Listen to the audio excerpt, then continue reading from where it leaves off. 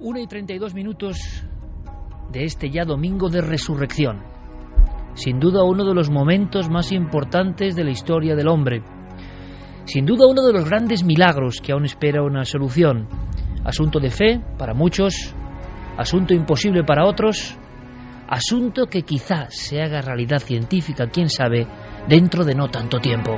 Un milagro a veces olvidado, una historia sobrenatural que es sumamente interesante. Lo curioso es que este milagro anterior a la resurrección de Jesús provocó la ira de los judíos. Eso nos cuentan. Lázaro fue perseguido, apedreado, no era considerado ni vivo ni muerto. Daba miedo y por tanto tuvo que huir. Y huyó a un lugar que hoy está por otros motivos de plena actualidad, a Chipre, ni más ni menos. En Chipre vivió hasta el año 63 de nuestra era. Y al parecer, también él, el hombre que había venido de la otra orilla, podía realizar ciertos milagros. Se sabe poco, muy poco, de Lázaro de Betania, como se sabe poco de sus hermanas Marta y María, que estuvieron ante el madero en el Calvario, que vieron al ángel que anunció la resurrección. Lázaro estaba en tierra ajena. Cuenta la historia que incluso un lago entero, un viñedo, lo convirtió con cierta ira, con cierto desaire, en un desierto de sal. Era capaz de crear prodigios, de realizar extrañas ilusiones ópticas. Era un hombre huraño. Fue enterrado, por eso tiene 2 tumbas, enterrado por segunda vez, quizá el único hombre de la historia que ha sido enterrado 2 veces. Hoy se levanta una pequeña iglesia en Chipre, una iglesia muy visitada. En 1970, 1000 años después de su construcción, sobre la tumba, el sepulcro del hombre que vino de la muerte, en 1970, repito, el día 2 de noviembre, se produce un pavoroso y para algunos intencionado incendio. Se pierden iconos, se pierden reliquias. Sus huesos, venerados por ser precisamente algo contra natura, el único hombre que ha venido del más allá. El 2 de noviembre del año 72, en concreto, unas excavaciones intentando arreglar el desaguisado del fuego, el atroz poder de las llamas, bajo el sepulcro de mármol que hoy se venera, se encuentra una inscripción que data del año 890. Los chipriotas, los arqueólogos, se quedan asombrados. Logran leer perfectamente: aquí yace Lázaro, el de los 4 días, el amigo de Cristo. Se ha intentado estudiar porque, vaya novelón, ¿no? Los huesos de alguien que vino del lugar de donde nadie regresa. ¿Y qué tendrán esos huesos? ¿Qué propiedades? Científicamente, ¿qué podrían arrojar? Pero la última noticia sobre esas piezas óseas, la última noticia sobre esas huellas de un hombre que resucitó antes de Jesús, se pierden, se difuminan, se marchan con la misma fantasmagoría que todo este tema. Un tema, verdadero o no, que apasiona y más en una noche como estas. El tema que va a ser fundamental en Milenio 3. Nunca antes habías estado tan cerca de lo desconocido. Milenio 3. Cadena Ser.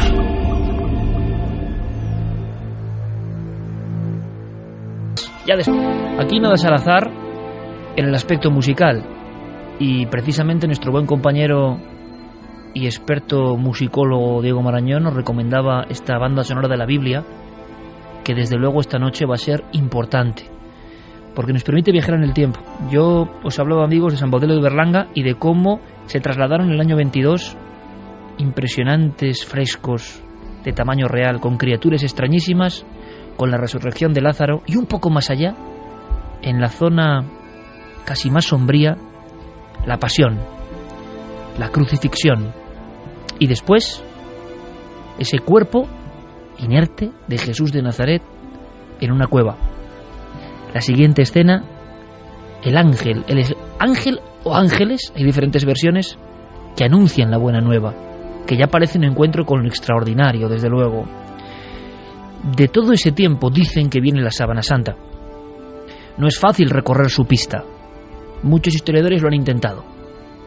Escondida en rendijas de piedra, perseguida, custodiada, sanadora. Mito o verdad, la síndone es uno de los grandes temas.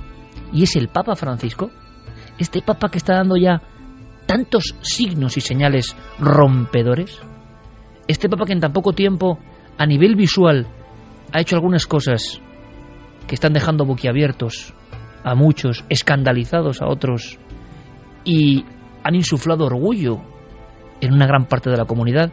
Este es el Papa que ha hablado de la síndone. Qué extraño, ¿qué habrá dicho Javier?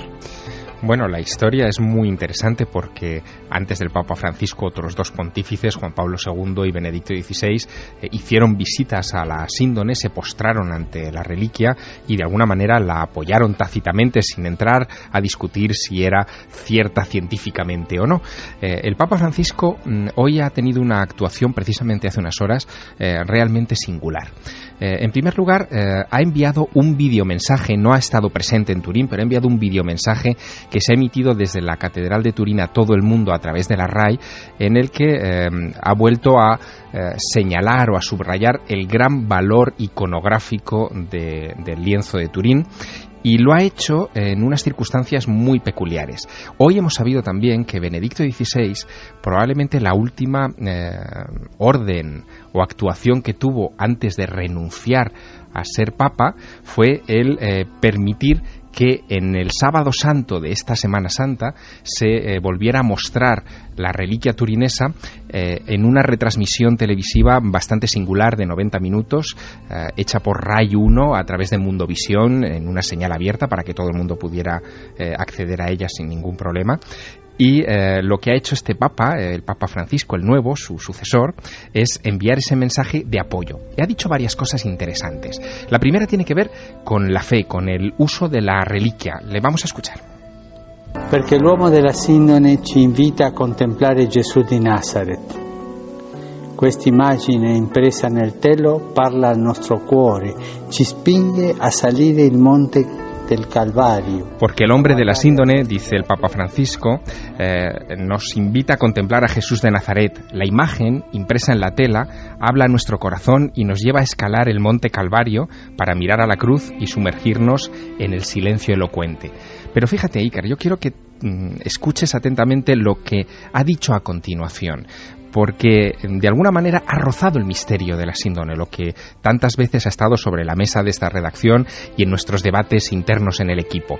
Ha hablado de esa energía extraña que pudo haber provocado la imagen del hombre de la síndone. Como digo, lo ha dicho de refilón, pero quiero que lo escuches en sus palabras. Questo corpo torturato esprime una sovrana maestà. È come se lasciasse trasparire un'energia contenuta ma potente. È come se ci dicesse abbi fiducia, non perdere la speranza. Este cuerpo torturado, dice el Papa Francisco, expresa una majestad soberana, como si dejara transpirar una energía contenida pero poderosa. Es como si dijera, tened fe, no perdáis la esperanza. La fuerza del amor de Dios, el poder del resucitado Cristo, lo conquista todo. Ese discurso se lo habrán escrito al Papa, lo habrá dicho, porque este Papa es capaz de decirlo, por lo que parece, directamente. Y yo aquí hablo a nivel personal, suscribo perfectamente sus palabras. Es decir, la sensación que a mí me dio en las dos veces que hemos estado enfrente de la síndone, sea lo que sea la síndone, desde luego es muy parecido a lo que comenta el Papa Francisco.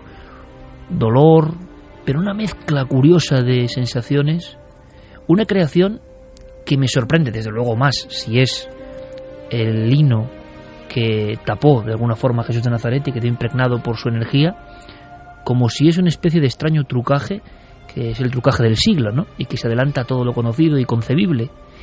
Pero lo que han logrado transmitir a nivel casi artístico es eso que deja un silencio, recordamos, ¿verdad? Ese silencio absolutamente compartido por personas de diferentes colores. Me gustaría incluso adivinar y decir que religiones, como yo pude percibir en las dos ostensiones, lo ha definido perfectamente este hombre, como si ya hubiese estado acostumbrado, ¿no?, a la extraña irradiación de la Sábana Santa. Bueno, el discurso lo ha leído, no ha improvisado, como lo hemos visto en estos últimos días en varias ocasiones. Es decir, que se trataba de un discurso de palabras muy medidas para este acontecimiento concreto, pero es cierto que se ha agarrado mucho al impacto emocional que causa contemplar al hombre de la síndone sobre esta reliquia. Es más, lo ha sugerido como vinculándolo a los modernos hombres y mujeres del mundo que sufren. Es decir, él ve en ese hombre de la síndole a alguien que ha sido torturado, que ha sido víctima de malos tratos y que por lo tanto tiene mucho que decirnos en un mundo como este, donde hay tantos oprimidos y tanta gente que sufre. Y encima hay nuevos datos, es decir, está quizá por la Semana Santa, ¿no?, donde se precipitan siempre acontecimientos que tienen que ver con lo religioso, que surgen. Es extraño, tenemos una Semana Santa donde no ha habido nuevas tumbas de Jesús, nuevas inscripciones extrañas en extraños cenotafios, siempre suele ocurrir. En esta ocasión todo ha andado más comedido. Sin embargo, sobre la Sábana Santa sí que parece que hay novedades que pueden dar lugar a un debate interesantísimo. Sí, porque se publicaba en Viernes Santo, también, en fin, aprovechando las circunstancias de estos días, un libro en Italia que tiene el original título de Il mistero della Sindone, el misterio de la síndone. Será el enésimo volumen que tiene ese título publicado en todos los idiomas. Luego ocurre que en esta ocasión el autor es el doctor Giulio Fanti. Él es profesor en la Universidad de Padua y en este libro que ha escrito junto con un periodista italiano, Saverio Gaeta, ha hecho unas revelaciones que han dado la vuelta al mundo. Esas revelaciones tienen que ver con que, según ha explicado, él ha tomado algunos de los hilos de la Sábana Santa que fueron extraídos del lino de la reliquia en 1988 para los famosos análisis del carbono 14, que la dataron en la Edad Media, para hacerles nuevos análisis. Y esos nuevos análisis se les han sometido a dos pruebas fundamentales, una prueba de infrarrojos y otra de espectroscopía Raman, para lograr datarlo.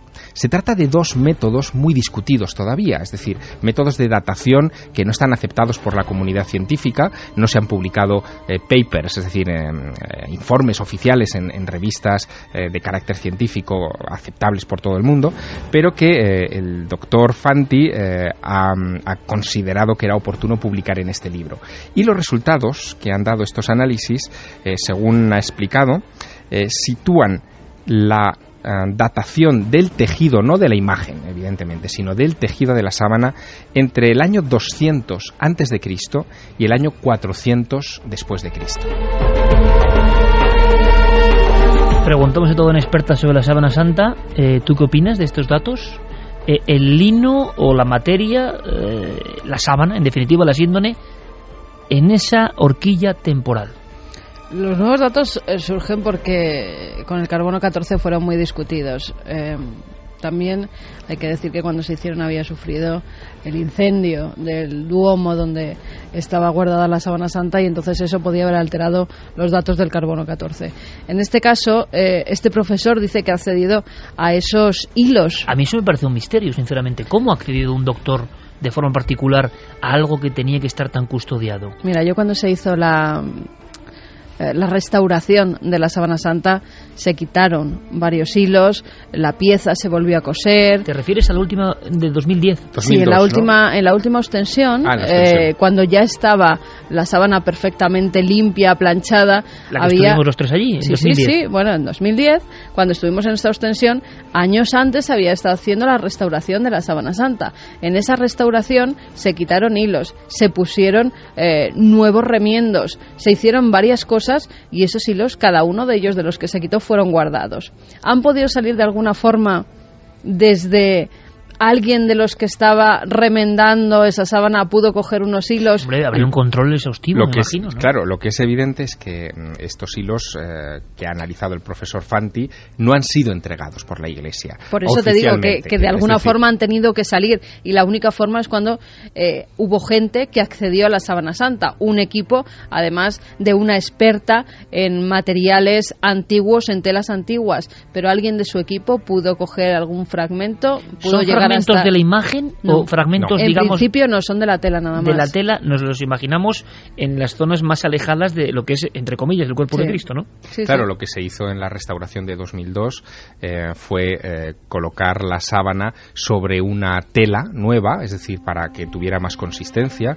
Los parches de las monjas que le pusieron... de las clarisas que le pusieron los parches en los tras quemados. El incendio de Chamberí, se volvieron a remendar, es decir, que hubo como un repaso de todo aquello, ¿no? Y evidentemente de ahí se extrajeron muestras de lino que en aquel momento, estamos hablando del año 2002, hubiera sido fair play por parte de la Iglesia ponerlas a disposición de la comunidad científica, validando claramente que se trataba de piezas que venían de la Sábana Santa y haber abierto de nuevo el proceso de investigación, porque no hubiera sido el mismo el análisis del año 88, las técnicas de carbono 14 eran mucho más antiguas que las de ahora, que precisan mucha menos cantidad y son mucho más objetivas, pero por alguna razón la Iglesia no se ha atrevido a hacerlo, es decir que... En cualquier caso, si eso es como contáis, estamos hablando de unas pruebas y de unos experimentos que, por ejemplo, ante un tribunal no tendrían ninguna validez, claro. Porque se habría roto la famosa cadena de custodia, es decir, nadie sabe realmente la procedencia de esa muestra. Exacto. Con lo cual esos datos pueden ser de cualquier tela, si es que ha tenido acceso a esa tela. Aunque hay que decir que esto en ningún caso, digamos, hace virar la hipótesis válida hasta el momento, porque la tela en sí estaba datada de alguna forma, era la imagen, no, la tela decían que era medieval. Y ahora estos hilos, el carbono sabemos que la forma era medieval. Sobre la imagen no se decía nada, porque es que no se puede decir absolutamente nada. Lo que se ha dicho, que no es pintura, que no hay ningún tipo de pigmento que pueda haber creado esa imagen, sí que hay sangre. Vamos a polemizar un poco en este aspecto, pero creo que es interesante, y sí que lanzo Nave del Misterio en Facebook y en Twitter y en Google Plus, con Guillermo León ahí organizando. Sí me gustaría en cierto momento, ¿qué opináis hoy en día, 2013, de la síndone, de la Sábana Santa? ¿Es posible? Solo si es creyente uno es posible eso. ¿Alguien puede creer que es un misterio aun no creyendo en la resurrección de Jesús? Me gustaría mucho conocer vuestras opiniones y no sé si hay más datos concretos, Javier. Hay más datos, fíjate, ahora que has hecho esta llamada a través de las redes sociales y de las nuevas tecnologías, hay un dato también de última generación de tecnología que bien podría resumirse en el titular de que la síndone de Turín ha entrado por fin en la era digital, porque se han aprovechado estos días previos a esta retransmisión televisiva de 90 minutos que acaba de efectuarse para presentar una aplicación para teléfono móvil, para Android y para Apple, que se llama Síndone 2.0, que está hecha por los propios, o sea, por la propia Iglesia de Turín, por la diócesis de Turín, donde se puede acceder a imágenes en alta resolución de la Sábana Santa con toda la historia que está detrás de esas imágenes. Mira, aquí está. La aplicación, bueno, son también... las fotografías pues que se hicieron a alta definición. Estará nuestro amigo Giberti por aquí, sí, sin duda, manejando el tema, que es un tipo majísimo. Sin duda, cuidado, la aplicación es gratuita hasta que una vez que te metes dentro, esto también es muy típico, dice, si quieres ver las imágenes en mayor resolución, paga 4 euros, 3,95. Pero bueno, en fin, son las cosas que... Sí, pero sobre todo es eso es para, ¿no? Para la gente normal, pues pueden acceder perfectamente a esta aplicación gratuita y sí que es verdad que puedes ver la fotografía, navegar por la sábana totalmente. Luego ya si quieres conocer su historia es cuando tienes que pagar, que la historia, pues yo la he estado mirando y es un poco lo que ya se ha publicado, lo que ya todos conocemos, con lo cual sí que se puede, pues mira, ver los puntos donde hay cera, te marca los puntos donde hay cera roja, donde hay cera blanca. Bueno, pero es muy interesante, sí, ¿eh? Sí, es interesante. Es un trabajo que no se había hecho hasta ahora. Sí, y ha sido interesante ver la rueda de prensa en la que el arzobispo de Turín, que es un señor ya de una edad más que venerable, presentaba esta aplicación 2.0 para que la Sábana Santa estuviera accesible a todo el mundo. ¿No? Ese contraste entre lo venerable de la Iglesia y lo moderno de las tecnologías, que a mí particularmente me gusta. Cuidado, me parece interesante. Yo hablaba del viejo televisor Vanguard, porque si hay algo que produce la Sábana Santa, sea lo que sea, es un enorme poder casi de hipnosis, ¿no? Uno se queda, hombre, sabe uno qué es lo que va a ver y por lo tanto la expectación y la sugestión cobrarán ahí un factor importante dentro del cerebro de cada uno. Pero, como decía, investigadores y diversos. Había un jesuita que también le ocurrió, que hizo uno de los primeros libros sobre la Sábana Santa. Hablábamos de Marbizón o de Benítez. Esa emisión y esas imágenes emitidas por Televisión Española en el 78 por el trabajo de la Comisión Sturp hay ciertos momentos en que la cámara, imaginaos en blanco y negro, amigos, se sigue haciendo ahora y sigue generando una expectación tremenda, y da igual el credo de cada uno. Se va aproximando con un zoom un tanto titubeante, un tanto vibrante, como si no estuviese sujeto en algo firme. Y entonces esa cara cobra una prestancia y una majestad y una fuerza que llega muy dentro.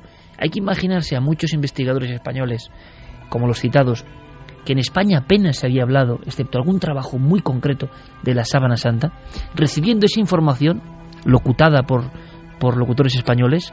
Tridimensionalidad, no se ha encontrado pintura, los pólenes hablan del siglo I. Hay que imaginarse el cóctel explosivo. Y yo me imagino a Marbizón o a Juanjo Benítez viendo en el Vanguard eso y estando, creo que eran 40 segundos delante del rostro, aquellos planos eternos que serían imposibles, ¿no?, de la televisión de los 70. Y pues imagínate, Javier, en la casa de Sevilla de este hombre, o en la redacción de la Gaceta del Norte, en un televisor en blanco y negro, como cuenta Benítez, y se queda, el tiempo se para el tiempo entre el que está al lado de la pantalla y esa cara. Y hay que decir, investigadores, de alguna forma, Carmen, a otro nivel evidentemente tuvo que pasar, porque habéis dedicado mucho tiempo a lo que para algunos es un trapo, ¿no?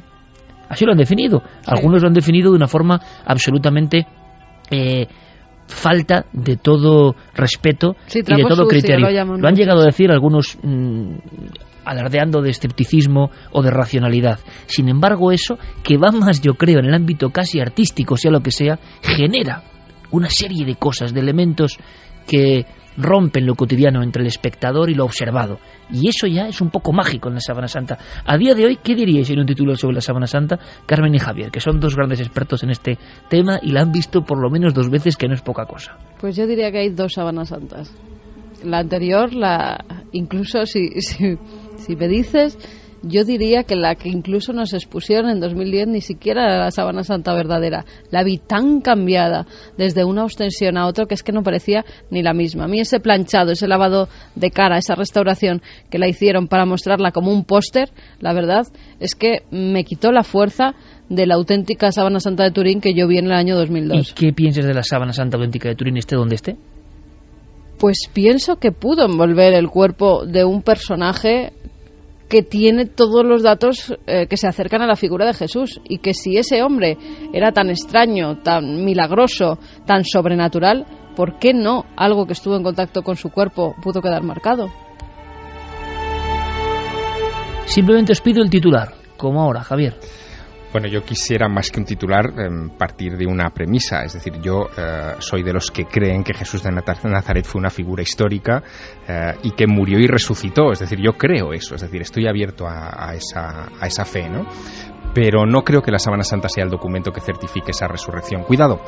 Esta es una conclusión reciente, no es algo que yo haya querido siempre. Mi fascinación por la sábana es, desde mi infancia, desde que leí aquel Enviado de JJ Benítez, publicado en el año 77. Claro que a mí me sobrecogió, ¿no?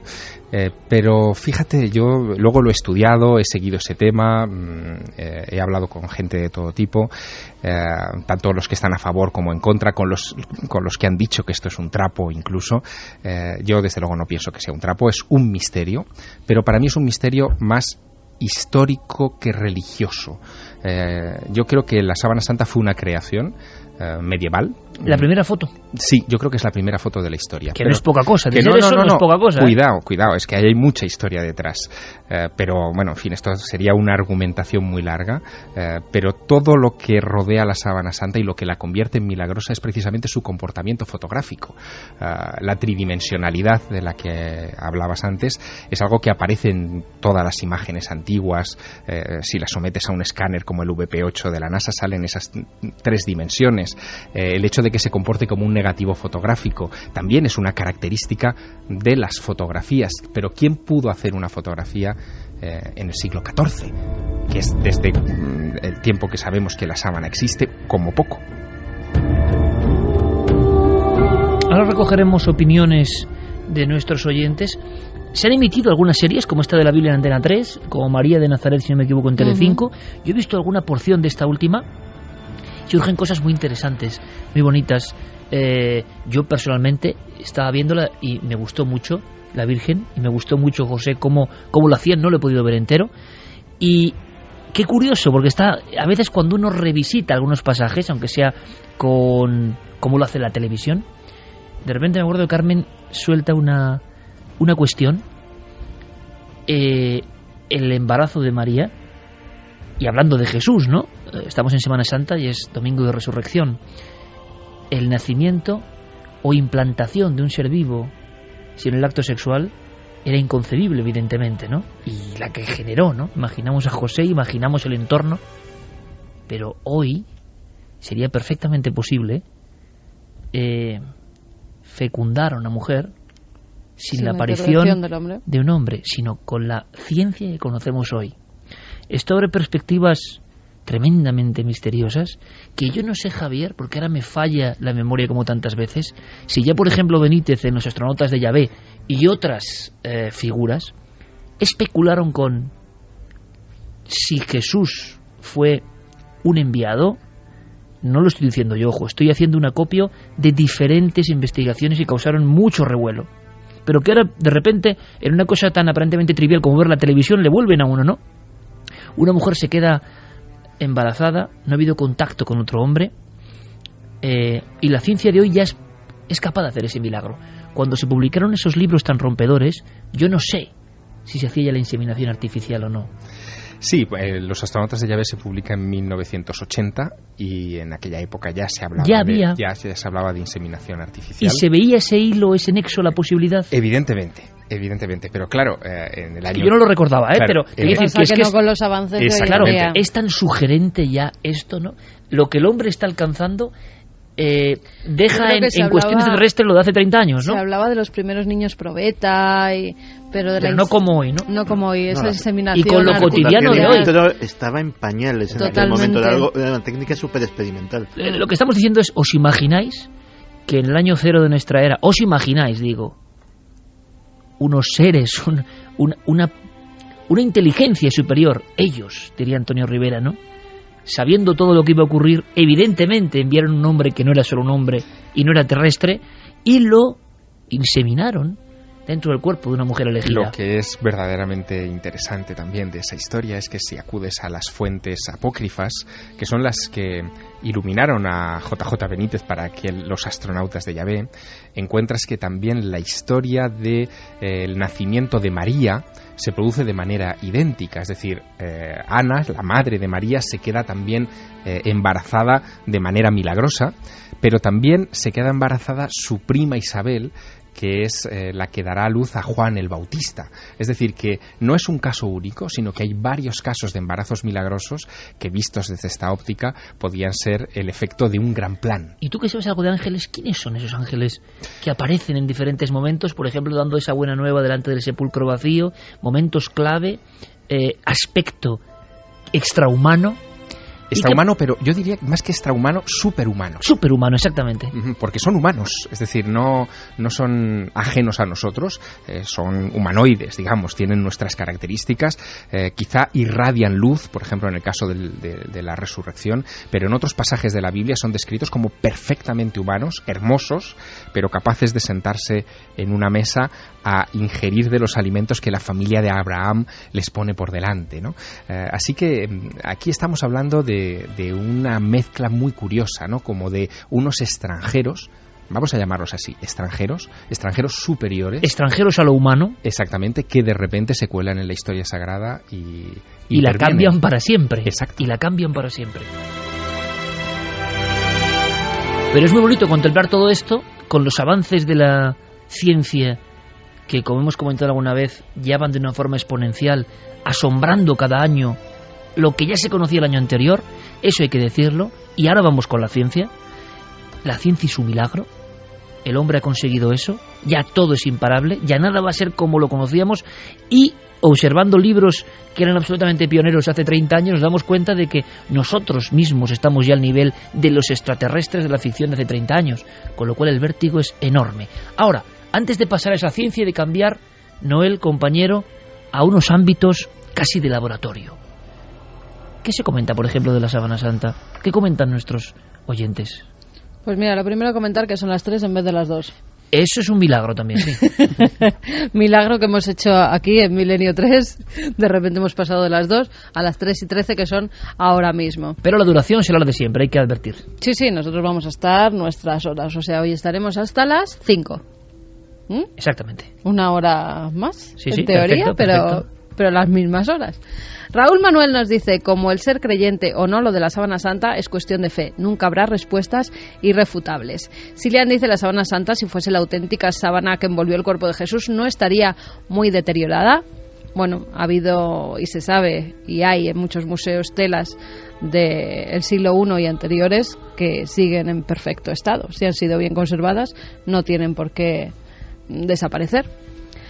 No creo nada en el cuento de la Sábana Santa. Me parece científicamente imposible determinar si realmente esa sábana cubrió un cuerpo determinado. Ni siquiera creo que se pueda demostrar la existencia de Jesucristo como personaje histórico real. Sea como fuere, la Semana Santa me genera unos sentimientos contradictorios. Soy apóstata y por lo tanto no creo absolutamente nada de lo que predica la Iglesia y la religión católica. Aún así, admiro la devoción de la gente, la tradición y la fuerza que genera cada paso durante estos días. Realmente admirable desde fuera. Nos Muy lo decía interesante. David Moreno. Claro que sí. Félix dice, es un truco de Leonardo da Vinci, una fotografía primitiva. Mira, esto es una teoría que mantienen algunos buenos compañeros. Sí, además se han publicado, en Italia hay publicados varios libros sobre Da Vinci, la fotografía y la Sábana Santa, incluso comparando la cara de la Sábana Santa con el rostro de Da Vinci. Dos iconos del misterio unidos para siempre. Sí, el problema de esa teoría es la cronología, ¿no? Porque hay una referencia ya antigua a un lienzo con un hombre representado por delante y por detrás, anverso y reverso, que es, en fin, la descripción de la Sábana Santa en 1360, en Troyes. Leonardo da Vinci todavía no había nacido. Así que yo no creo que fuera Leonardo, por muy genio que fuera, pero que pudo haber sido otro genio, quién sabe. El arrastre de las grandes marcas, sí, lo que ¿no? pasa La es que gente cree que es Leonardo y a mí punto. eso es lo que me falla de la Sábana Santa, de que fuera una fotografía, una protofotografía. ¿Cómo alguien se toma tantas molestias en encontrar un lienzo del siglo I, en poner sangre? No, el lienzo no tiene por qué ser del siglo I, puede Sí, ser pero medieval por el carbono 14. No, porque los lienzos medievales de la época no tienen el mismo tejido. La sarga no está hecha de la misma forma. No, en Javi, Palestina no. se tejía no, así, o sea, sí. No, ahí nos metemos en una discusión Apueste en por uno. en la que incluso se han hecho estudios en algunos libros que hay americanos, si no recuerdo mal. Uno de los libros comparaba las dos sargas, una de la época medieval y otra del siglo I, y en el mismo tejido no tenía absolutamente nada que ver la forma de tejer uno y la forma en la que estaba tejido otro, con lo cual, de todas formas, yo te digo, habría que hacer muchísimos más análisis y que la Iglesia dejara esa sábana, esa tela, para que se hicieran, ahora con los avances técnicos que hay, todo tipo de pruebas y ya estuviéramos fuera de dudas de todo, pero bueno. Darvos dice, con tanto retoque a la sábana, al final no va a ser santa ni va a ser nada. Alberto Celada, con esto de los recortes, la Sábana Santa va a pasar a ser pañuelo santo. Arián de García, hola, yo lo que creo es que la resurrección no existió, no por lo menos como lo cuenta la Biblia. Yo creo que Jesús era y es extraterrestre, realmente un ángel que fue enviado a la tierra para enseñarnos el buen camino. Alicia Ruiz dice, no creo en la resurrección, no quisiera vivir con un cerebro cansado y defectuoso, las cosas duran lo que duran y la vida también tiene su tiempo. Besos desde Sevilla. Eso se refería a los resucitados por la ciencia hoy en día. Vamos a hablar de ellos, perfecto, estamos ya en ese ambiente, decía El Mundo Crónica, resucitados españoles con el corazón muerto que sobrevivieron por una máquina milagrosa. Desde luego, ideal hablar de esto en este día en concreto. Dice, Yolanda estuvo 13 días con el corazón parado. Ahora que late con mucha vida, ella sigue alucinada. Manuel, músico gallego. Mi padre avisó a la funeraria. Yo estaba muerto. Pasó 23 días sin corazón. Isabel, 12 días sin latidos. Al despertar, vi una niña con forma de ángel. Desde luego es un tema periodístico abordado por ese gran colega que es Paco Rego, de primer nivel. Hemos indagado. Se habla de una máquina. ECMO. Claro, esto pasamos de un enigma bíblico, de un enigma de la resurrección, de un enigma con forma de tela, a un enigma científico. Una máquina concreta, una máquina que tiene una configuración que parece algo casi del tiempo de la ciencia ficción o de lo nuclear, y que se ha ido haciendo portátil. ¿Y que qué consigue? ¿Resucitar? ¿Es posible? Simplemente conozcamos primero lo que es la máquina para ahora conocer los casos. El doctor Gómez Bueno, ni más ni menos, del Hospital Puerta de Hierro, es uno de los que está empleando ECMO. Y ECMO, de alguna forma, bueno, no sabía explicarlo yo, que lo explique el doctor. El ECMO lo que ha conseguido es rescatar a muchos pacientes que tenían fallos muy graves del funcionamiento del corazón y los pulmones y que probablemente sin este tipo de asistencia fallecerían en pocas horas o días. Los resultados pues cada vez son un poco mejores porque también hemos ido aprendiendo los fallos y cada vez el dispositivo es mejor y más perfeccionado. Y, hombre, todavía tiene sus complicaciones, pero los resultados pues son bastante prometedores. Más o menos, pues casi 3/4 partes de los pacientes que se les pone estos dispositivos, pues se les consigue recuperar y poder acceder, ya sea a permitir que el corazón y los pulmones se recuperen o, si no es así, permitir llegar a un trasplante en buenas condiciones. Pero no queda muy claro. Al mismo tiempo, y lo vamos a ver, hay casos de personas que estuvieron en esa interfase, lo que decían los hinduistas antiguos, el bardo, el lugar entre dos mundos, de donde a veces uno se convierte en fantasma o vuelve. Historias alucinantes que son arquetípicas y que son compartidas por toda la humanidad. ¿Alguien muere realmente y es resucitado o eso es imposible? Los médicos han sido muy tajantes. Y luego tenemos, y esto es un debate que va a ser apasionante, amigos, y os pido vuestra opinión, el ejemplo de otros doctores como Sam Parmia, que parece que forman la punta del iceberg o la punta de flecha, en plan misión punta de flecha, Javier, o sea, una vanguardia increíble que está muy adelantada y que quizás será la realidad dentro de 10 años. Pero aquí en España de momento tenemos lo que tenemos, que ya es mucho, ojo, porque el nivel científico, hay que decirlo, está creando milagros a diario. Ahora, ¿hasta qué punto el milagro puede enlazarse con la resurrección? La doctora María Ángeles Rodríguez del Hospital Universitario de Asturias nos da más datos sobre el concepto ECMO y resurrección. Bueno, no resucita, el paciente siempre tiene que tener algo de función, no deja de ser un apoyo, Entonces lo que hace la bomba de circulación son dos equipos, por decirlo de alguna manera, que se han unificado. Esto se basa en las bombas de circulación extracorpórea que se utilizan desde hace muchos años ya en la cirugía cardíaca, y lo que hace es eso, incorporar la bomba que es como un rotor, es lo que hace la función del corazón, y deja descansando los pulmones con ese oxigenador que os comentaba antes. Pero no tiene que haber una función debajo, si no lo que tenemos que llegar es al trasplante de lo que sea, del pulmón al corazón o a veces de pulmón corazón. Pero si no somos capaces de resucitarlos, como decís vosotros. 3:21, esto es Milenio 3, estamos de lleno en el fenómeno de resurrección. Ayer, hoy y quizá mañana, ¿qué pasará? De momento, en 18 hospitales españoles se utiliza esta máquina portátil, antes era imposible trasladarla, y ahora el paciente va con ella, ECMO. La máquina haciendo de corazón, a través de las bisagras y conductos, pasando la sangre humana y oxigenándose y regresando al cuerpo. Casi una simbiosis. Es increíble, está pasando. Nos queda una cosa antes de conocer los casos concretos de esas personas que parece que estuvieron al otro lado y que ECMO la recuperó. Y luego opinaremos. Teo es un paciente. Teo ahora mismo, y se lo agradecemos, está con este tratamiento de ECMO. Y nos lo ha contado de esta forma tan gráfica. ¿Cómo lo está viviendo él, un hombre unido a una máquina que le da, en este momento, ahora mismo, la vida? Bueno, yo ingresé el 21 de enero, pues casi no podía respirar, y entonces pues me llevaron a la UCI y estuvieron viendo pues que tenía el corazón, que me había atacado por lo visto un virus al corazón, una miocarditis, y me pusieron por lo visto esa máquina. Pero ya le digo que yo no soy consciente de cuándo me la pusieron porque estamos sedados durante un tiempo bastante largo. Y luego me han puesto una más pequeña a la espera de recuperarme de las operaciones que me hicieron para poderme poner en la lista de trasplantes.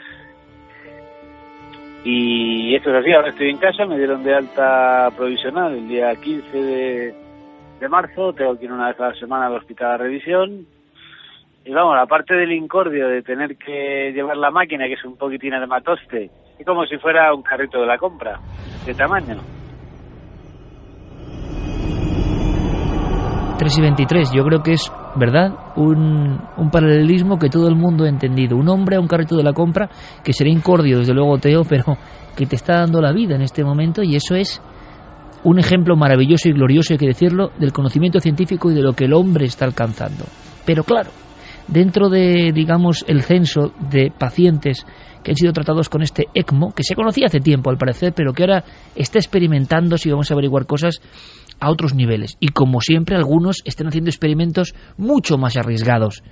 Y sabremos qué pasa con esos experimentos. En España ya hay casos asombrosos. ¿Cómo es esto de estar en el otro lado y ver visiones mientras están conectados a ECMO? ¿Qué sabemos de eso? Cuéntanos, Carmen. Pues mira, lo publicaban el otro día en el periódico El Mundo, la historia, por ejemplo, de Dolores, una valenciana de 40 años, una persona completamente normal que pues ese día se disponía a seguir estudiando un máster en educación especial que estaba realizando. Se sienta en una silla, como solemos hacer muchos, a leer o a subrayar, y de repente nota que le está dando un infarto, hasta tal punto que dice que se la rompe como el pecho y alcanza a decirle a su marido, que estaba cerca: cuida de nuestra hija, me muero.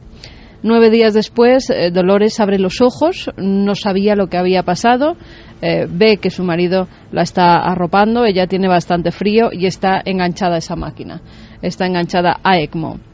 El marido enseguida, cuando ve que despierta, la pregunta que qué tal está, y le dice: ya te contaré, amor, lo que se ve al otro lado, cuando estás muerta. Y contó, días posteriores, cuando ya estaba más recuperada, contó que había visto una luz muy brillante, y esa luz parece que la conducía al otro lado, por lo menos ella lo describe así. Después de eso, ella es sometida a un trasplante de corazón. Dicen que claro, que su vida cambia para siempre. Hay más casos. El de Yolanda, por ejemplo. Además, es curioso porque todas estas mujeres están entre los 39 y 40 años. Es esa franja de tiempo en la que no se sabe por qué, algunas por un infarto repentino y otras por un virus, como el paciente que oíamos antes. Yolanda es una gestora de seguros de 39 años y ella asegura que tuvo el corazón parado durante 13 días. En ese tiempo, ese corazón no latía, estaba muerto, y todo por un virus. Todo empieza en Navidades, cuando pues ella se empieza a encontrar mal. Dice que su corazón, te voy a describir además sus palabras: limpiaron mi corazón de virus, lo hicieron descansar y ahora funciona como un reloj suizo. Esta mujer no es trasplantada, ni siquiera ponen válvulas en su órgano vital. Esta mujer ha logrado conservar su corazón y que éste volviera a latir perfectamente y, como dice ella, a funcionar como un auténtico reloj suizo. Con lo cual, estuvo muerta 13 días, ese corazón lo limpiaron, lo regeneraron y vuelve a vivir perfectamente. Hace una vida completamente normal. Isabel es la que está en la portada, la vemos ahí con unas alas, ¿verdad?, que ella misma ha pintado. ¿Por qué esas alas? Es una coruñesa de 40 años. En Navidades se empieza a tener pues el típico catarro, mocos, tos. En un principio la tratan como eso, como una simple gripe. Es curioso porque todos estos casos han sido en estas Navidades prácticamente. Sí, han sido una franja de tiempo muy corta.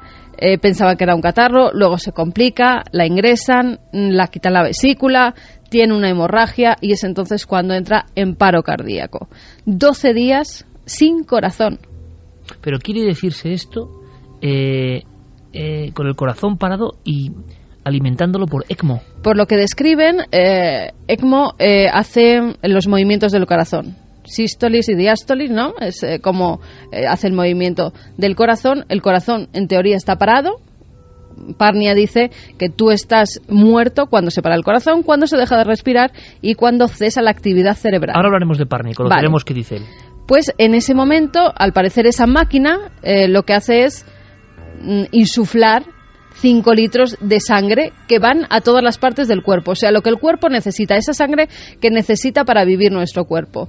El corazón sigue sin funcionar, es lo que dicen en ese reportaje, que el corazón está completamente muerto. Que ya contradice con lo que hemos escuchado a las doctoras. Y es la máquina la que hace esas funciones y la que te mantiene vivo. Según la doctora, cito directamente, María Ángeles Rodríguez de la Universidad de Asturias y el doctor Gómez Bueno de Puerta de Hierro, tiene que haber algo de mínima función Aquí hablan de ¿Es así, corazón Fermín, muerto. que ha hablado con los médicos? Sí. Bueno, pues ahí está, ¿no? La duda. Te cuento la historia de Isabel porque es la que ve una figura más real. Ella dice: cuando desperté de aquella nebulosa en el hospital, lo primero que vi fue una niña con forma de ángel. Su rostro no me recordaba a nadie conocido, pero era tan real que me asusté. Le asustó. Incluso llegó a hablarme. Parece que le dice unas palabras. Le pregunta qué tal estaba y desaparece. Es el último recuerdo de aquel dramático viaje.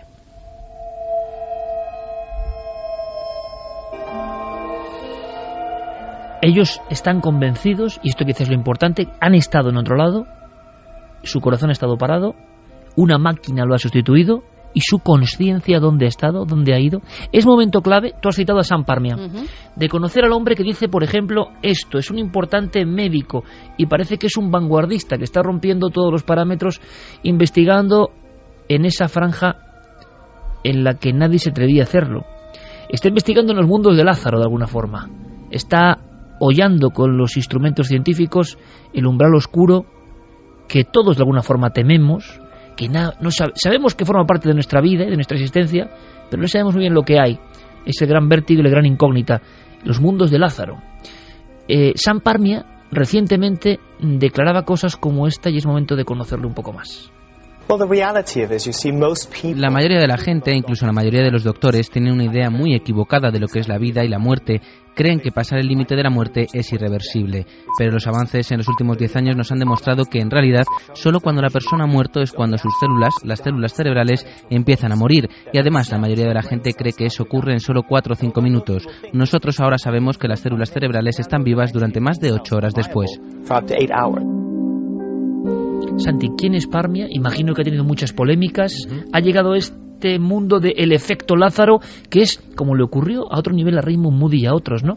Se meten en un mundo y es como una escalada. Y nos parece que cuentan cosas muy espectaculares, pero que es el propio desarrollo de su investigación, ¿no? ¿Os acordáis? Moody empezó con las visiones más o menos arquetípicas de la luz y el túnel. Moody nos trae ese concepto a la mente humana, cambia el concepto, esto será para siempre. Raymond Moody cambia el concepto de la muerte y la trascendencia en el hombre moderno, pero sus siguientes trabajos menos conocidos ya habla de conexión con el otro lado, reencuentros con el otro lado, encuentros con seres. Y eso ya parece demasiado fuerte. Casi nadie puede creerlo. Todos los doctores que se han metido en esto han ido ascendiendo, descendiendo, según se mire por esa escalera. Tenemos que hacer la ficha de Parmia.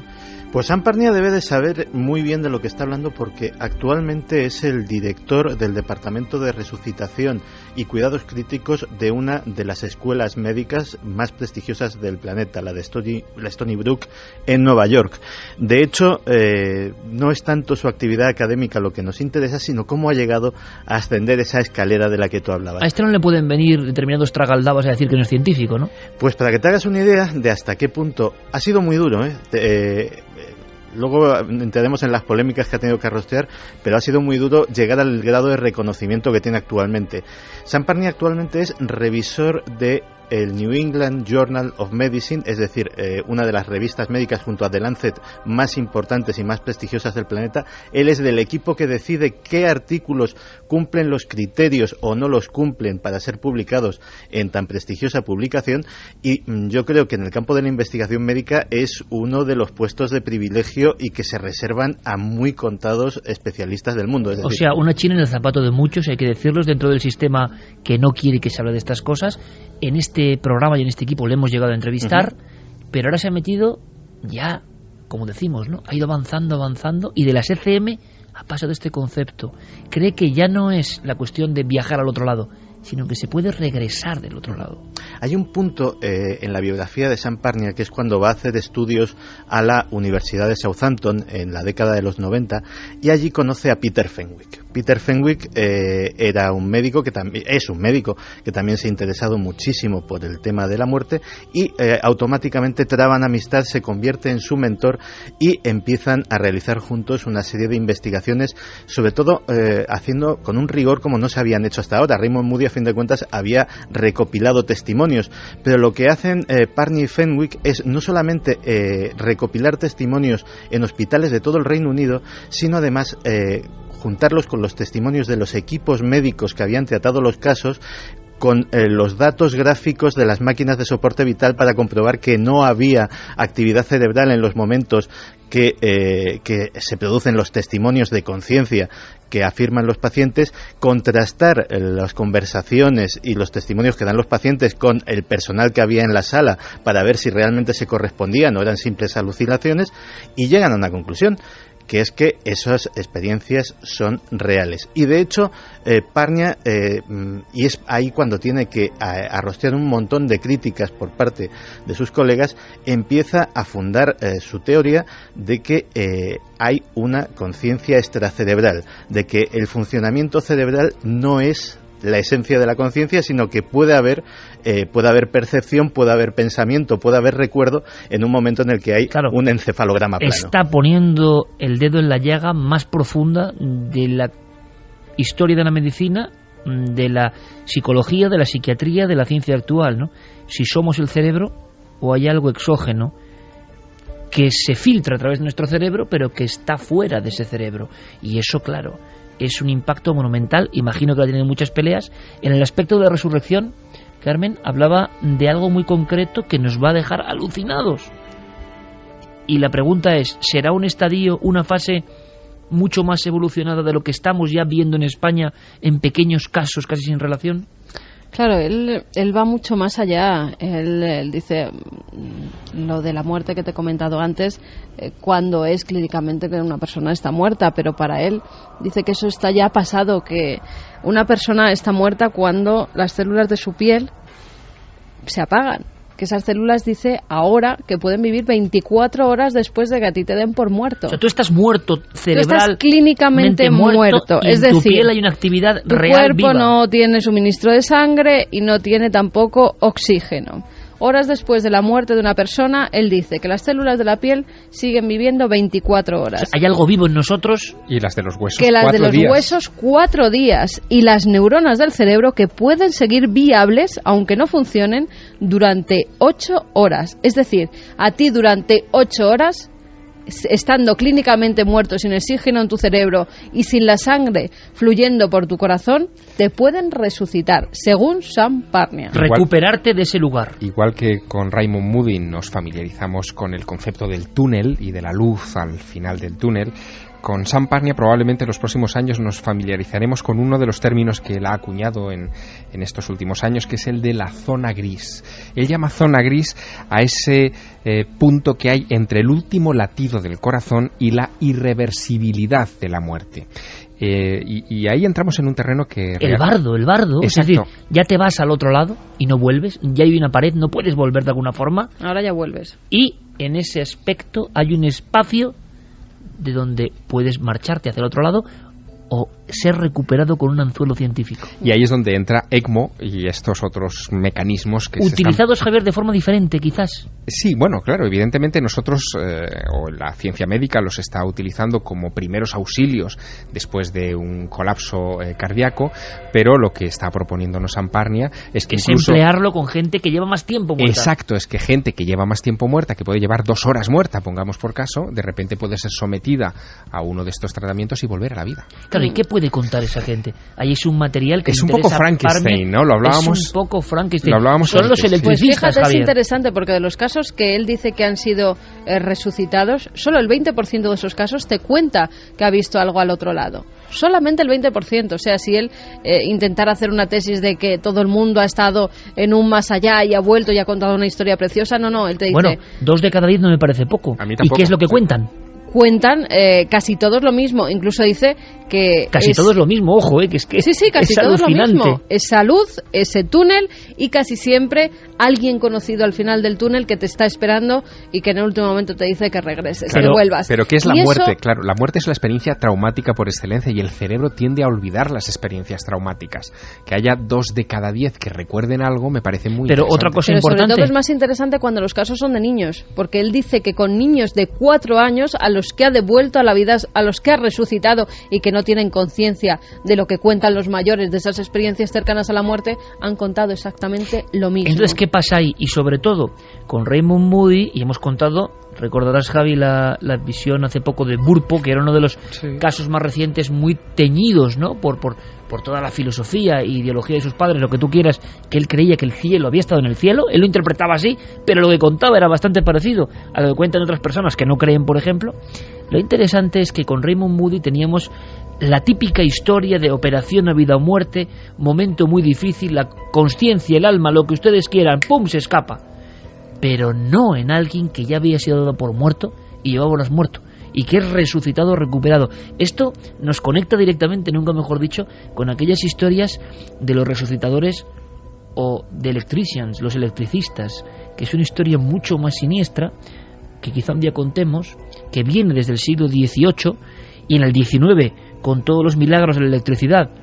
Claro, la electricidad parecía algo absolutamente digno de los dioses. Se encendía también el cuerpo con la electricidad y se intentaron hacer muchas cosas que, por lo que sabemos, o no llegaron a buen término o nunca se supo o se ocultaron. La ciudad en la que hubo más resucitadores de estos que tú nos estás hablando, Iker, fue Londres, y en Londres hasta fechas muy recientes ha estado abierta una exposición en el museo de la ciudad que se titulaba Doctores, la disección y la resucitación de los hombres, en donde se hablaba de muchos de los casos de aquellos médicos del siglo XIX que tenían que hacer acopio de cadáveres de las morgues porque querían hacer sus estudios anatómicos y les practicaban todo tipo de en fin, fechorías llamaríamos hoy, ¿no? Pero corrientes eléctricas. Sí, pero la idea de que la electricidad podía devolver la vida a esas células, que no está tan lejano del descubrimiento ahora de que las células, sin ser nosotros conscientes, y cuidado con la barrera que hay aquí, esas células siguen vivas.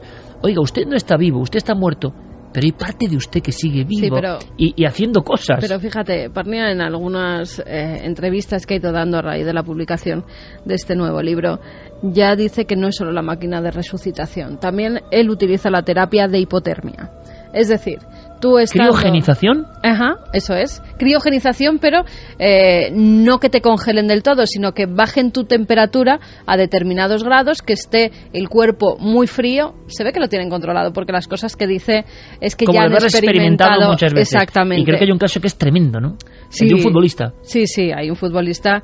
Pero bueno, te voy a contar la terapia de hipotermia. Él dice que hay que bajar la temperatura corporal unos grados centígrados y así se detiene el ritmo al cual las células, especialmente las del cerebro, que por eso mucha gente lo está preguntando en las redes sociales. Claro, si el oxígeno no llega al cerebro, tú normalmente te quedas en un estado vegetativo, ¿no? Sí, hipoxia y eso. Exactamente, eso daña a todo el cuerpo y te quedas pues como...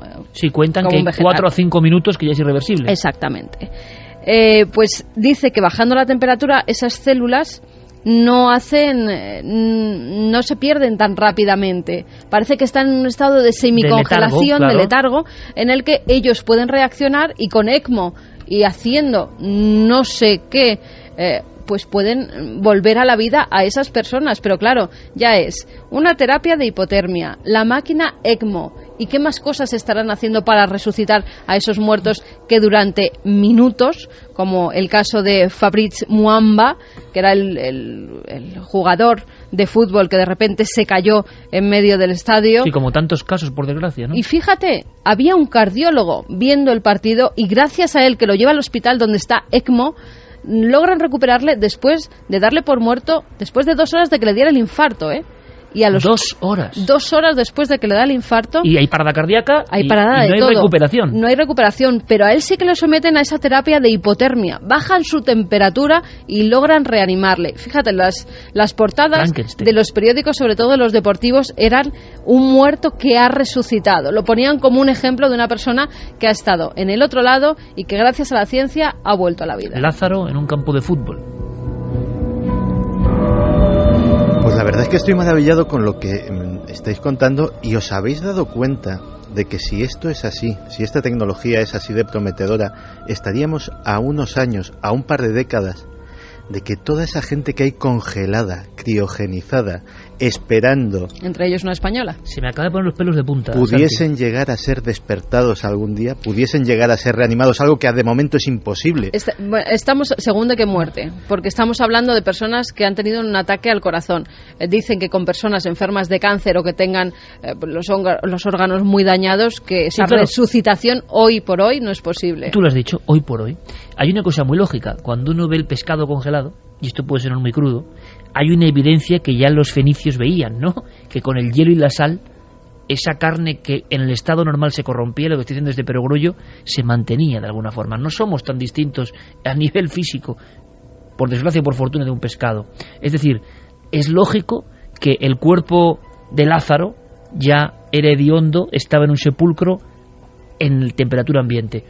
En temperaturas se ha visto con los muertos del Everest, se ha visto en muchos ejemplos. La conservación física es un hecho. Parnia dice que los a de nivel Titanic celular, hoy en día podrían ser revividos. Ha llegado a decir eso, que yo no sé si es un titular periodístico, porque me parece brutal, pero quizá está queriendo decirnos hasta qué punto eso podrá recuperarse. Hay una cosa evidente, por fuera, a nivel físico, un cuerpo congelado, un cuerpo inerte, un cuerpo en hibernación, ha mantenido. Eso es un milagro. Yo no sé por qué, y los físicos lo pueden explicar, pero eso se ha mantenido. Te dirán, bueno, pero por dentro, para entendernos, todo eso ya se ha corrompido. ¿Estarán ya viendo el umbral, la franja, en que eso no se corrompe tan fácil? Y ahora tenemos unos dispositivos para regresar. Si esto es así, estamos cerca de lo que dice tu querido amigo Kurzweil, Santi, sí, el padre de la singularidad. Y hoy, por cierto, y es que uno lee cosas y dice, qué bien escribe este tío, y es ingeniero jefe de todo el sistema de Google. Tonto no es el hombre. Y él habla de que los hallazgos científicos ya no hay quien los pare. Ni siquiera el que conjeture muy años luz puede darse cuenta de lo que viene dentro de 20 años. ¿Y sabes lo que dice él? Me ponen los pelos de punta, No es que viviremos para siempre, pero el hombre, quizá dentro de no tanto tiempo, vivirá cuanto quiera vivir. Y entonces sí que estamos en unos momentos que sobrecogen. Lo están diciendo ingenieros, científicos, hombres que ven ya el futuro.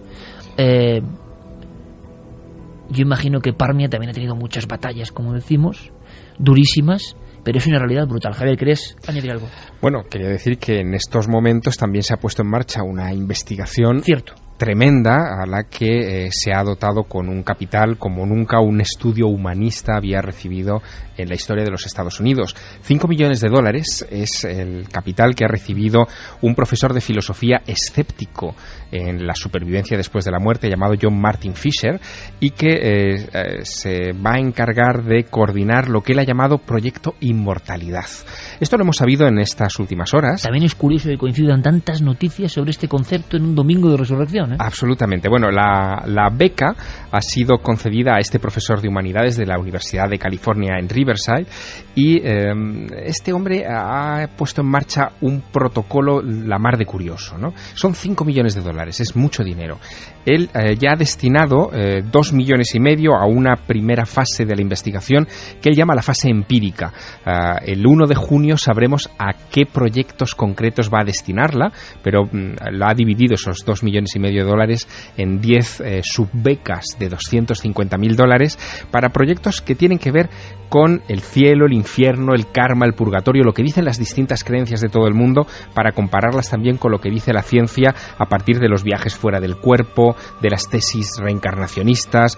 En fin, el ámbito de estudio parece que va a estar también muy centrado en las experiencias cercanas a la muerte, y hay varios proyectos de los que se han sometido al control de Fisher y de un gran equipo de científicos para recibir esas becas, que son muy curiosos. Por ejemplo, hay un equipo que propone estudiar la hidra, cuyas células se replican sin deteriorarse, para ver si esto tiene alguna aplicación en la biología humana o a futuro podría aplicarse, es decir, hacer una especie de hibridación entre este animal y el ser humano. Esto es alucinante, porque no sé si os acordáis de la noticia de la si no me equivoco, Turritopsis nutricula. Se había encontrado una medusa, un animal como una medusa, o sea, algo que parece insignificante. Claro, ojo con la insignificancia, porque nos podría hablar de esto nuestro amigo Ramiro Calle, que ha estado en el otro lado prácticamente, en el límite, por un tipo de ameba, decía él. Seguramente hay dos posibilidades, pero vamos, una bacteria que ha entrado en su cerebro y que prácticamente lo ha llevado hasta el más allá. O sea, cuidado con lo insignificante. Pues una medusa insignificante, Turritopsis nutricula, se ha descubierto, se decía que algunos ejemplares podían tener siglos y seguir vivos. Un animal inmortal. O sea, en lo más, vamos a decirlo, tosco de la naturaleza, como forma de vida, hay algunos ejemplos que viven y viven y viven. Y de ahí seguramente hay algún tipo de enseñanza, ¿no? Pues de ahí es de donde se van a extraer algunos de los proyectos de este proyecto Inmortalidad, ¿no? Otro de los trabajos que se ha presentado y que en estos momentos está siendo examinado para ver si reciben esas becas, tiene que ver con los efectos neurofisiológicos que se producen durante las experiencias cercanas a la muerte. Y a ello quieren dedicar varios hospitales, varias salas de hospital, solo a estudiar este tipo de casos de pacientes terminales. Otro de los proyectos que está siendo sometido a consideración quiere estudiar, fíjate, esto es curioso, la relación entre las creencias en el más allá de diversas partes del planeta y el comportamiento económico, ético e incluso criminal de esas sociedades. En fin, como ves, el abanico es muy amplio. Este proyecto Inmortalidad, en realidad, deberíamos llamarlo Proyecto Muerte, porque se trata de estudiar todo lo vinculado con la muerte y sus efectos, tanto a nivel científico, médico, fisiológico, como también social, sociológico. En fin, yo creo que como teoría o como campo de estudio nos va a aportar muchas conclusiones. Los primeros resultados los veremos, según este protocolo de investigación, en el verano de 2015. Hay muchos científicos implicados, muchos que aspiran a estas becas, y a partir del mes de junio sabremos en qué proyectos concretos empiezan a trabajar. Y mucho antes, unos años antes de todo este boom que estamos viviendo gracias a las investigaciones de Sam Parnia, ¿no? Y de estas máquinas llamadas ECMO, que por cierto, paradójicamente llevan en esas tres primeras letras de la palabra ECM, ¿no? Que van asociadas a ese tipo de experiencias. Eso es muy bueno, ¿eh? Sí. Javi, eso es muy bueno, ECM. Pues antes de esto, ya en el año 2011, se produjo uno de estos casos de resurrecciones fortuitas en este caso, porque no había ninguna máquina como la ECMO que pudiera ayudar a este hombre a sobrevivir de esta forma, ¿no? Es Howard Schnitzer, un hombre de Minnesota que durante 96 minutos tuvo paro cardíaco, el corazón no latía para nada, y gracias a la reanimación cardiopulmonar consiguieron regresar a este hombre a la vida, a pesar de que los médicos durante esa hora llegaron a darlo por muerto, casi en el parte que entregaron a la familia, y fue gracias también a la capnografía, a una técnica. ¿Capnografía? Sí, es una tecnología que permite saber si esas compresiones en el pecho son capaces de hacer bombear pues esa sangre y el oxígeno a los órganos vitales, y gracias a esto este hombre de Minnesota llegó a ser conocido como el hombre milagro, porque había salido de la muerte tras 96 minutos en paro cardíaco. Claro, pero el caso del futbolista que estamos contando, Carmen, incluso era superior, es decir, eran como 2 horas después. En fin, estamos ya en unos umbrales que hasta qué momento crecerán. Santi, te voy a pedir evidentemente que te quedes no hay problema, para que sepamos todo lo de Corea a la vuelta, pero es que el tema es apasionante, tan apasionante como... Imagino, Sam Parnia, decías, no nos puede tener fácil. Un hombre que junto a Peter Fenwick, que si no me equivoco hizo el libro llamado El médico perplejo, ¿no? Bonito libro, El médico perplejo, o sea, el médico que se encuentra con cosas que no están en ningún guión. Y yo repito, cuando uno se da cuenta de ciertos asuntos, es muy interesante. He leído, por ejemplo, el libro de En el límite, de Ramiro Calle, nuestro amigo Ramiro Calle, le entrevistaremos. Ha estado días desahuciado, dado por muerto, y ha visto algunas cosas. Pero fijaos qué interesante, sería otro debate, compañeros, pero este libro de Ramiro, que en realidad es del 2010, es una experiencia del 2010, me la contó hace poco, yo no lo sabía. Él está en la India y en un templo le van dando, y ahora os explico por qué cuento esto, leche, pero leche que no está hervida convenientemente, y solo el té hervido con la leche no vale, tienen que estar ambos hervidos al parecer.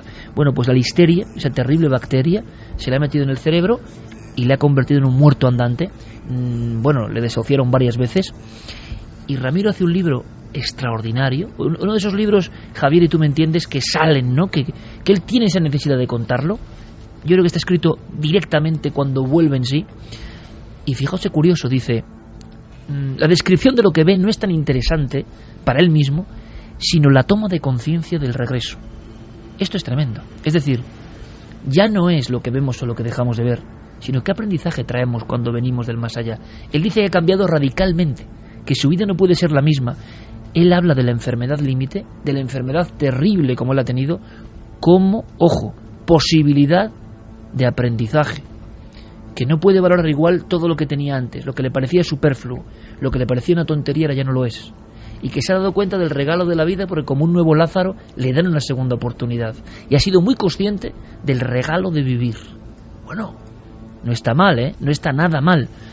Ya no solo es, oiga, he visto un ángel, que eso está tremendo, si usted aprende algo de ese ángel nos parece fantástico, pero Ramiro nos cuenta que él es mejor ser humano y que se ha enterado de cosas que bajo ningún concepto sería consciente de ellas si no es después de haber morado en el límite. Y esto nos deja absolutamente fascinados, ¿no? Nadie se queda igual después de una experiencia de este estilo. El reportaje de Crónica que ha inspirado un poco el programa de esta noche ya mostraba también algunos comentarios de las protagonistas que hablaban de cómo apuraban más la vida, eran más conscientes de estar en este momento aquí. Y casi todos eran mejores. Sí, pero fíjate, lo comentamos esto el domingo de Resurrección. Si nos atenemos a lo que nos cuenta el Evangelio de Juan, tampoco Jesús era el mismo cuando vuelve. También estaba cambiado. También su manera de ver la vida y de verse a sí mismo era distinta a la del hombre que fue puesto sobre la cruz horas antes.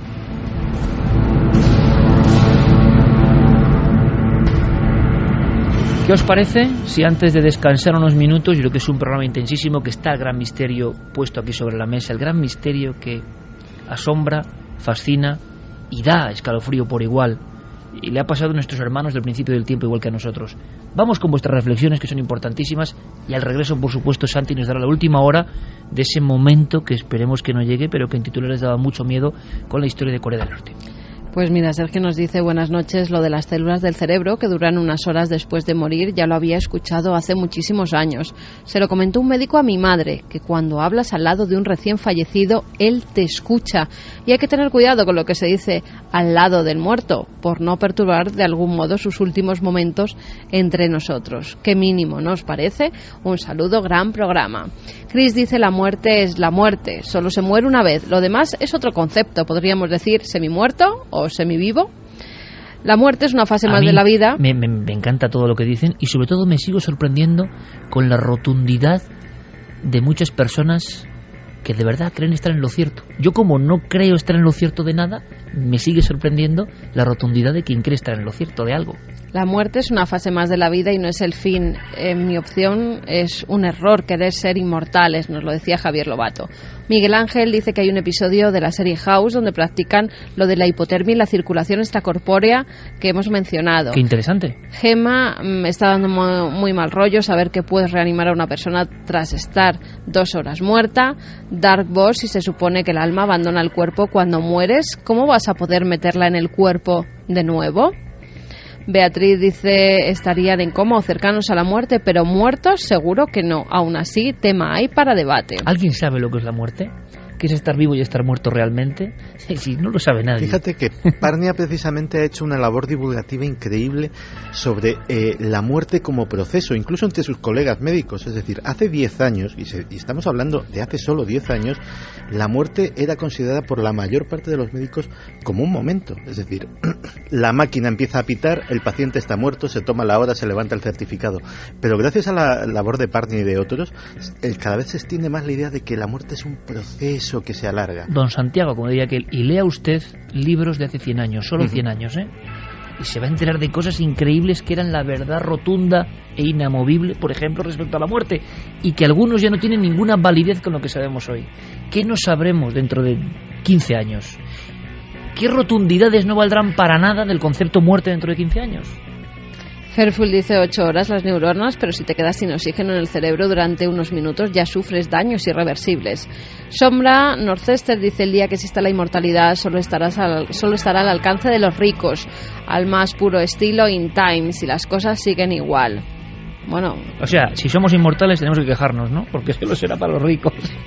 Hombre, ojalá, ¿no? Ya veremos si luego se socializa, no lo sé, pero consigamos la inmortalidad, ¿no? Creo que entre esos hospitales está la Fe de Valencia, que si no recuerdo mal es de la Seguridad Social, sí, por supuesto, la máquina ECMO está en todos hospitales públicos. Manolo de Alicante dice, es el cese de la actividad cerebral lo que marca la muerte. Si solo es una parada cardiorrespiratoria, no hay muerte real. Y desde luego no nos podemos ni imaginar lo que habrá en términos médicos dentro de 25 años.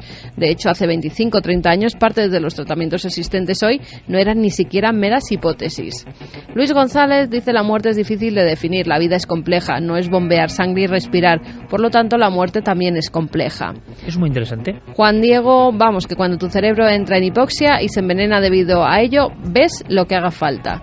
Bueno, al parecer no, porque según los estudios de Sant Parnia dice que no todos ven lo mismo porque verían las mismas cosas, ni todos tienen los mismos procesos, incluso que hay una mínima parte que se ve fuera del cuerpo y ve cómo lo están reanimando, cómo es sometido a distintas terapias. De hecho, Parnia está ahora mismo en pleno proyecto Awareness, que es el famoso proyecto que está implicando a hospitales de todo el mundo para hacer pruebas objetivas sobre si las experiencias fuera del cuerpo de los pacientes en ECM son reales, y está a punto, posiblemente este año, de darse los resultados definitivos que pueden dar muchas sorpresas. No, aquí el problema, Juan Diego, querido amigo, es que no ves lo que quieras, que se lleva viendo lo mismo desde el principio del tiempo y casi todo el mundo ve algo muy similar, con lo cual el problema es morrocotudo y maravilloso al mismo tiempo. Don Javier Sierra, como siempre le digo a estas horas, que siga su maravilloso éxito con el Maestro del Prado, número 1 en todas las listas habidas y por haber, y que sigas conquistando reinos de taifas. Así seguiré, viéndome con muchos milenarios en toda España. Sí, sé que te reciben en toda España con mucho cariño y tenéis que apoyar a nuestro amigo Javier con su cruzada particular, ¿no? También por ver otras cosas. Todo esto también está en el arte. Hombre, el arte es lo último que nos refleja esta dimensión maravillosa del alma. Mucha suerte, Javier, mucho éxito. Gracias, nos veremos. Oye, tú estás por ahí de gira todo el rato, no te pierdas mañana Cuarto Milenio, ¿eh? No me lo pierdo. Porque mañana hay una cosa que te va a gustar mucho. Pero mucho, mucho. Sin pestañear. Gracias, Javier. Hasta un abrazo pronto. muy fuerte. Nosotros continuamos, compañeros. Ahora van, por supuesto, todas las noticias, toda la actualidad, nuestros compañeros de los servicios informativos, porque además hay muchas horas que contar. Y después volvemos nosotros con esa visión un poco diferente de lo que pasa en Corea, el caso de nuestro compañero Javier Pérez Campos, Diego Marañón y su Créelo o no, un montón de cosas.